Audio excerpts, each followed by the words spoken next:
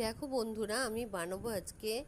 পরে বলছি কি বানাবো। তার আগে আমি নিয়েছি আদা কুচি, রসুন কুচি, ক্যাপসিকাম, লাল ক্যাপসিকাম, সবুজ ক্যাপসিকাম, হলুদ ক্যাপসিকাম, আর হচ্ছে গিয়ে টমেটো আর ডিম।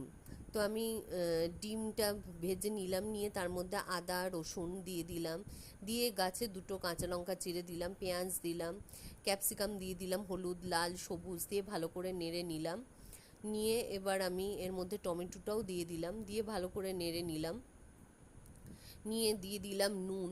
তো আমি বানাচ্ছি আজকে ডিম চিলি, গোটা গোটা ডিমের চিলি। তো এখানে আমি সয়া সস 1 চামচ আর 2 চামচ হচ্ছে টমেটো সস দিলাম, দিয়ে ডিমগুলো দিয়ে দিলাম, দিয়ে ভালো করে নেড়ে দিচ্ছি।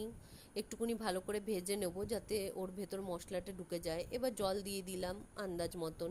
আমি কিন্তু এখানে অ্যারারুট কোনো কিচ্ছুই দেবো না, খুব সিম্পলভাবে বানাবো।